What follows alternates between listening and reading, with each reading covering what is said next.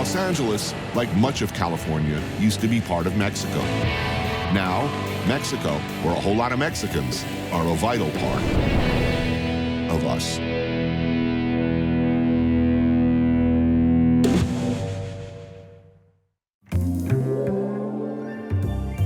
Raul Hinojosa Ojeda is a professor of Chicano studies at UCLA.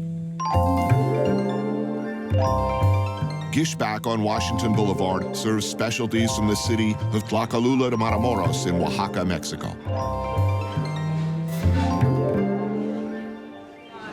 So, bro, you know about Tlacolula, right? I mean, this is the market, isn't it? Tlacolula is this village, okay, in the middle of a valley. The oldest valley where agriculture was invented in the world. These people who live here lived there for about 10,000 years. So there's archaeological evidence of the seeds actually being manipulated. All the way back then. All the way back then. And that's where the core of the moles that we're gonna eat tonight are from. Mole negro, or black mole, is an incredibly old and sophisticated, near-magical substance containing over 30 different ingredients. It's an old sauce from an old culture, used as either a base to build a stew or as a sauce to be poured over meat. But unlike most sauces, the point of mole is the mole itself. The flavor is unique, roasted, sweet, bitter, and spicy, all at the same time, and deep, very, very deep. Maria Ramos is the owner and chef, the third generation of a family of barbacoa specialists. Barbacoa being the barbecuing of lamb and goat until it's falling apart perfect. She started out cooking at age 10 at the Sunday market in Tlacolula. This family goes back a number of generations to that area, yes? Exactly. And they got here because they were migrant workers in the fields of LA. And that's where they started working in the restaurant. This show will air long after the election. There is actually a national conversation now, unthinkable in my lifetime, where the notion of rounding up however many millions of undocumented workers in this country all at once or in short order, and then kicking them all out. I mean, it seems unthinkable. But I mean, you know, they said that in Europe in the 30s. Right, right.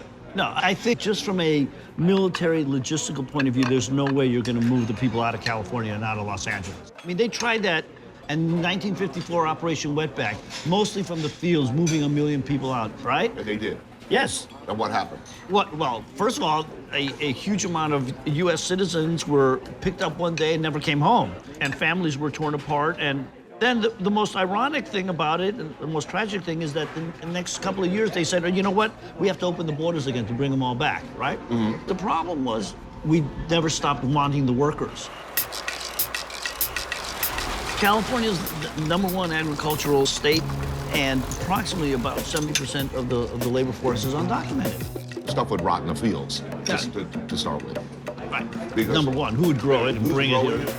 Picking it, packing it, to a great extent processing it, cooking it, serving it, cleaning up after you. it. I mean, there would not only be no restaurant business, there would be the worst economic crisis in the history of California and the United States.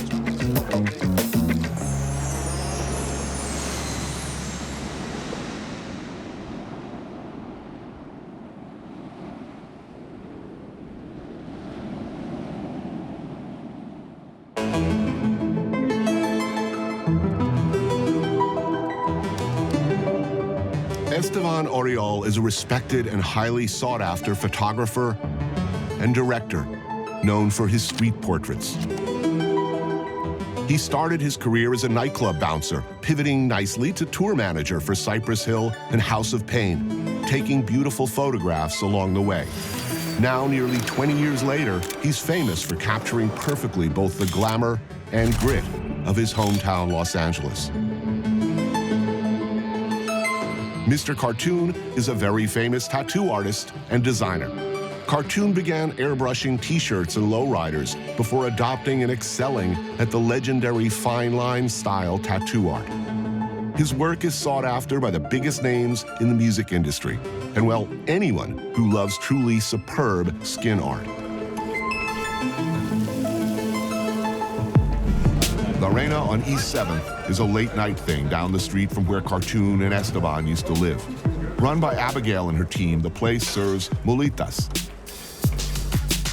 Not quite a taco, not a quesadilla, more of a taco sandwich. First the tortilla on the grill, then marinated meat, cheese, then another tortilla, flip and serve. La Reina is located in the downtown Arts District, but it's right across the bridge from Boyle Heights, a working-class, densely packed neighborhood of about 100,000 residents. Nearly 95% are Mexican or Central American. How Mexican is LA? I mean, how deep does it go? Mexico, you know what I mean? Oh, yeah. All the names, all the people, I mean, and you can go into certain parts in East LA, in the harbor area, the Hollywood area, and see nothing but Latinos. A lot of other areas in LA, they're mixed, you know? But on this side where we're at, you go over that bridge, it's pretty much all Mexican people. And LA's mixed with Salvadorian, Guatemalan people, Central America too, so they just get called Mexicans anyways. You know, like we're Chicano, so, you know, we know we're from here, you know, we were born here on this side of the line. Our family relatives are from Mexico, and we're proud of that, and we celebrated our style. Look, we live in unbelievable times right now. People are talking about, you know, mass deportations of Mexicans. What's the problem here? Where does this fear and loathing come from? It's just racism is still alive and kicking in America, you know? We really don't hear it from the people we're around artistic, laid-back people, you know? Right. Some idiot said, you know, we got to do something about this situation. All these Mexicans come over, we're going to have a taco truck on every corner. And I'm thinking, is this a bad thing? Where would all these food trucks be, you know? There was only taco trucks. It's a prototype for 10 years ago. Yeah. There wasn't an Asian fusion truck here, this kind of truck, an Indian food truck, this truck, you know. Taco truck? I mean, you opened the door. You kick the door down, yeah. White America loves Mexican food. I mean, probably more than any other food at this point. You know, they don't love it. They sure like cheap Mexican labor because they can't live without it. Right. Why are they so freaked out about Mexicans? You know, nobody's talking about building a wall, you know, across the Canadian border. Who's gonna help them build the wall? You gotta have some Mexican power to do that. That's exactly what I thought. He's the baddest dude in the history of badass. Look up badass in the dictionary. It says Trejo. Danny Trejo. Born in Echo Park in LA, he spent much of his early life in and out of prison, including a stay in San Quentin, where he managed to straighten shit out, join a 12-step program, and rethink his life. He came out of the joint as a drug counselor. This led directly, if unexpectedly, to a storied career in film. Danny Trejo is known and loved for iconic tough guy roles in such films as Heat. There's cops all over me, man. They're on me like a cheap suit. From Dusk Till Dawn. Get out! And Once Upon a Time in Mexico. But he finally rose to the action hero leading man status he always deserved, playing Machete. This is the boss. A character who grew out of a fake trailer from the Robert Rodriguez Quentin Tarantino film Grindhouse, which soon became its own awesome and gore-heavy franchise. If you haven't seen Machete, its follow-up Machete Kills, or soon-to-be-released Machete in Space, it's like missing the Citizen Kane of violent, family-friendly fun.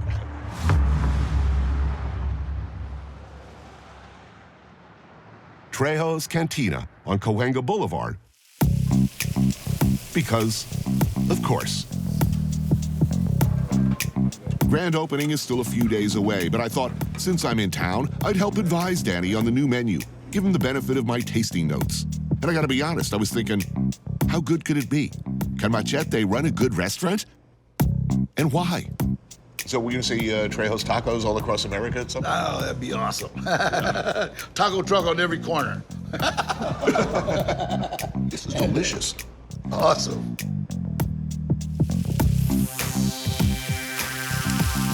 the menu tonight, Jadori chicken with chipotle cream sauce, some charred branzino with summer squash and sauteed poblano peppers, and crispy pork tacos with black garlic mole and some fat sacks of uni, and lots of healthy greens. Why healthy? I mean, We have such an obese problem in the United States, especially Latinos. So we had to find a way to make it tasty but healthy. Healthy food can taste good. Clean, healthier, lighter, locally sourced versions of Mexican street classics are not exactly what I'd expected. And I sure as shit ain't making no rude cracks about vegan tacos. Not to this man. Though to be fair, Danny Trejo is like the nicest guy in the world. here's something I discovered that completely shocked and surprised me. So I have to ask you, are you a Morrissey fan by any chance? Morrissey. Like from this band, The Smiths, apparently it's like a British rock band of the late 80s that is apparently hugely popular in the Chicano community. So you have not been touched by this, I'm gonna tell No. you something right now between me and you. I listen to no music that came after this 1968. I'm like an oldies guy, you know what I mean? So, I don't know, your parents were born in Texas, Yeah. but can you trace your people back to one area of Mexico? Or Monterrey. My grandmother and grandfather were born in Monterrey. did you speak Spanish at home? Yeah, Or- yeah, I spoke Spanish till I was about 9, 10, and then, you know, usually you stop speaking Spanish when you go to grammar school, especially in the 50s, because they wouldn't let you. No, you don't speak Spanish, you know, so you kind of forget. Right. So then, but then when you start going to juvenile hall and jail, you pick it up again so the guards won't know what you're talking about. Did you get a 12-step in, where you were still in prison or after? Well, I was in prison. That was 1968. Cinco de Mayo, 1968.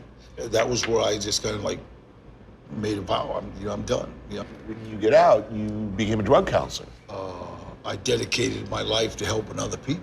Everything good that has happened to me has happened as a direct result of helping someone else. Everything. Well, for example, you were called to a film set to counsel somebody. Yeah. And you bump into, of all the people in the world, Edward Bunker. Eddie The Bunker. sort of legendary ex-con turned writer and I guess screenwriter as well. I knew Eddie in prison. You see, and so when he saw me, what are you doing here? I said, I'm working with this kid. And then he asked me, are you still boxing? Because I held the lightweight and welterweight champion of every joint I was in. I said, I'm training, I still train, but I don't get hit in the face anymore.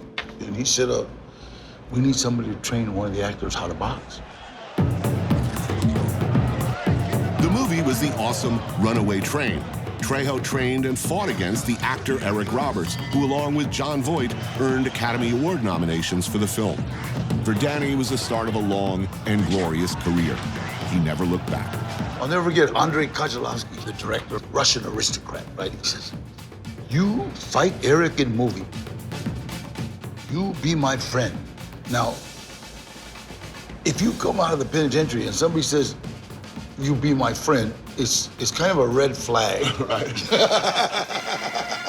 And then how many films since then? A whole hell of a lot. They got to be at about 320 or something, you know? You moved from there to serious bad guys to now action hero franchise. How do you stay nice in a business basically full of assholes? Eddie Bunker, the first time when I started getting like a little recognition, he told me something. He said, try to remember that the whole world can think you're a movie star, but you can't. And I watch movie stars, right? I hate them. You know, nobody likes them. And if you're like on a movie set and the movie star comes in, then after he leaves, listen to how everybody that guy's an ass. I hate that guy. I mean, he's rude. So I don't want to be that guy. Right. You know what I mean? And One of the things I learned actually making television really early on, if like you show up to like shoot and the people like with the cameras and the crew say, oh, the talent is on set, what they really mean is the asshole is on set. You know, if somebody calls me the talent or refers to me as a talent, it's like time to go back and take a long look in the mirror, right? You know?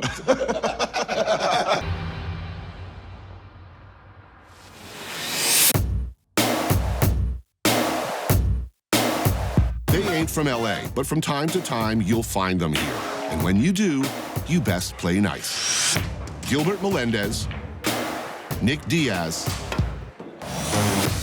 and Nate Diaz, 3 of the greatest mixed martial artists to ever fight in an octagon. Gilbert holds the distinction of being one of the few MMA fighters to be ranked #1 in the world in 2 weight classes. Nate and his older brother Nick are both vicious strikers and grapplers, and about as tough as it gets in a professional setting or on the street. Neither particularly likes to fight, they say, but should the situation call for it, well, let's put it this way, they will.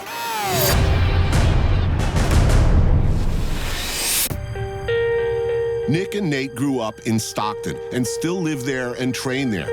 Conor McGregor mocked Nate for teaching kids jiu-jitsu in his hometown. That was before Nate chased him around the octagon like a little deer in his last close decision. In one of the greatest fights in UFC history, Nate Diaz shocked the world when on very short notice, he stepped in and submitted McGregor in 2 rounds. Nate Diaz! He lost a second bout by decision, but there will surely be a third. And no matter what happens, Nate Diaz always brings it. Mariscos Gente on South Centinela.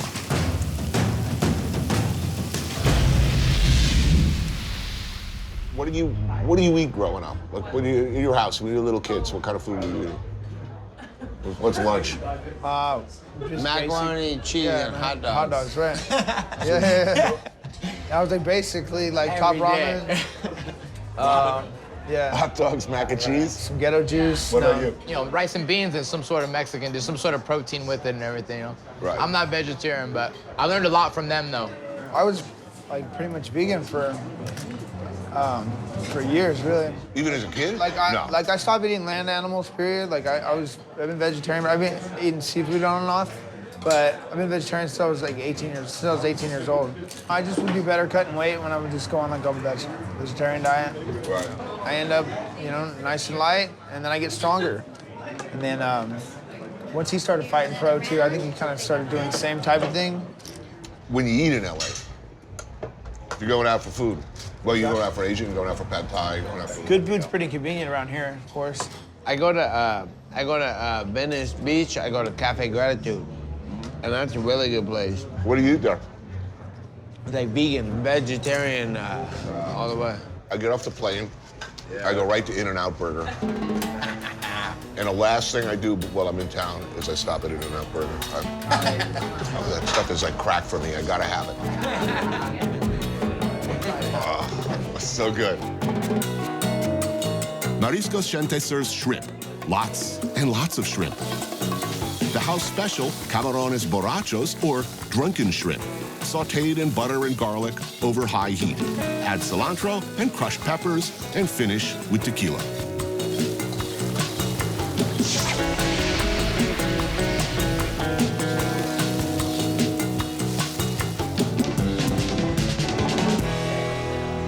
When was your first fight, like in school? Like what grade? What? First. First grade? No.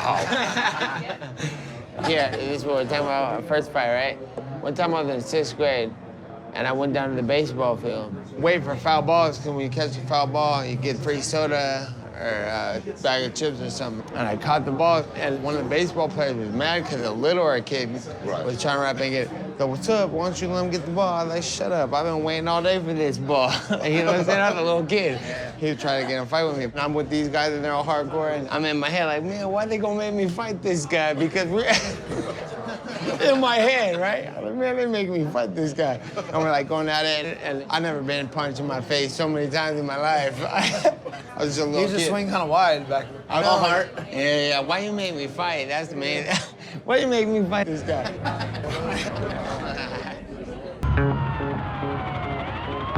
Gang violence has been part of LA's story for the better part of a century now. Also part of the story, police corruption and brutality. Former police officer Alex Salazar was a bad cop. By his own admission, very bad. Like a lot of once good police, the streets changed him. He saw a lot of ugliness, the lines became blurred, the job ground him down, and he crossed the line, repeatedly. To quote Nietzsche, those who chase monsters need to be careful that they don't become monsters. I thought I was going to arrest the bad guys. I never thought I would become a bad guy myself.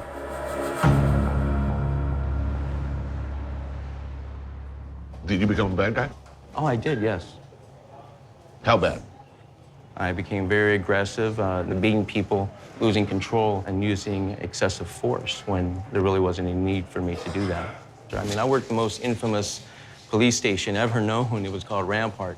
Won Best Picture for Denzel Washington for his portrayal of this really bad police officer. I'm the police. I run shit here. You just live here. Was that an understatement? Were there cops that bad? Yes, there were. Yes, there were. I was one of them. The problem was very systemic. We don't have so much that problem anymore. It does happen. Is it not the nature of the job when you're asked to every day go in and look at people at their most desperate and ugly that you become desensitized and maybe even turn into a monster? Just think about it. Every day they're looking at the worst of society, and maybe they have a partner that gets killed or shot. It's all very overwhelming. Many turn to alcohol and drugs to medicate.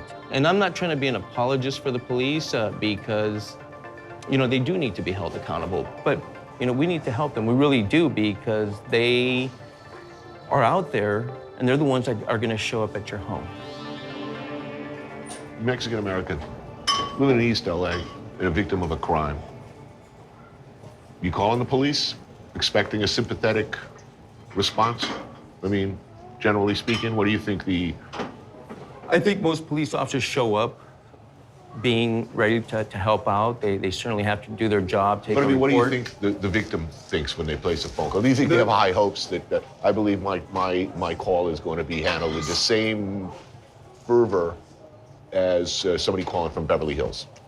While there are good officers that come in and they do help, there's also many who lose that empathetic feeling of looking at someone with brown skin or very dark skin, and they say, well, you know, why am I helping out this person? There's a stupid Mexican. And I saw that being projected upon these people who all they wanted was help.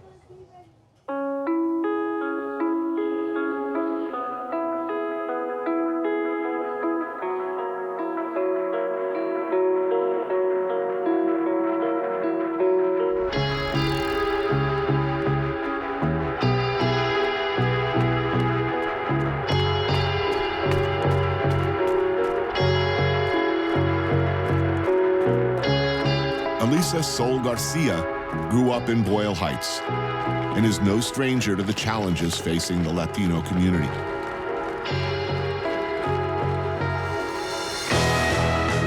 The Boyle Heights Running Club started as a safety in numbers project. The small group of community members started running the bridges of Boyle Heights, making their presence known, and simply by being there, by being a presence, taking their streets back from the gangs and the criminals who too often are the default company in a one-company neighborhood.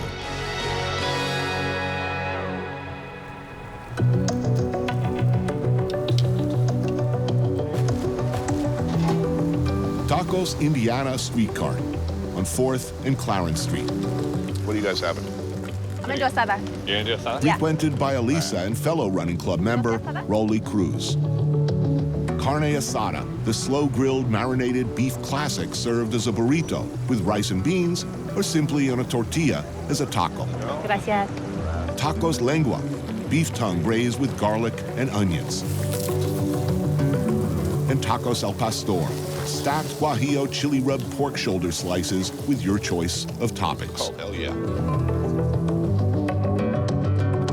Cheap yet supremely satisfying street taco trucks like this one have served the Latino community of Boyle Heights for years. But the neighborhood is changing. Let's say it's diversifying. Well, first come the coffee shops, a couple of smart, hip restaurants. Hipsters arrive, rents go up. How do you stop that? Well, that, which you explained in a nutshell, is what has been going on throughout Los Angeles. the gentrification of downtown, it's spreading here. And in a neighborhood like this, gentrification, not to be dramatic, but the population of families that are homeless is growing. Little by little, like the block is disappearing, whether it's deportation, whether it's gentrification. You know, it's barely now coming to the forefront, but for the people that live and work here every day, it's been a reality. There's a lot of struggles here that if you're gonna be a part of this community, like you have to recognize that struggle. I think that the reality is, though, LA is always changing, right? So, like, we are in the battle of LA. And who's gonna win in this is yet to be determined, but the fight is still gonna go on.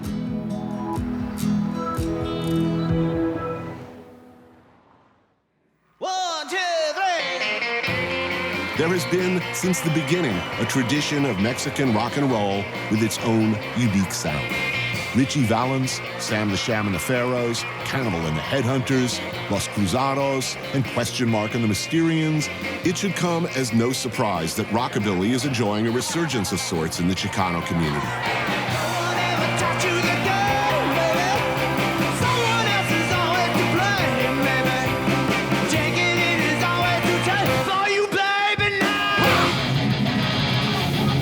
There is a long and glorious tradition of Chicano rock, garage, and punk boiling away under and over the surface for years and egregiously overlooked.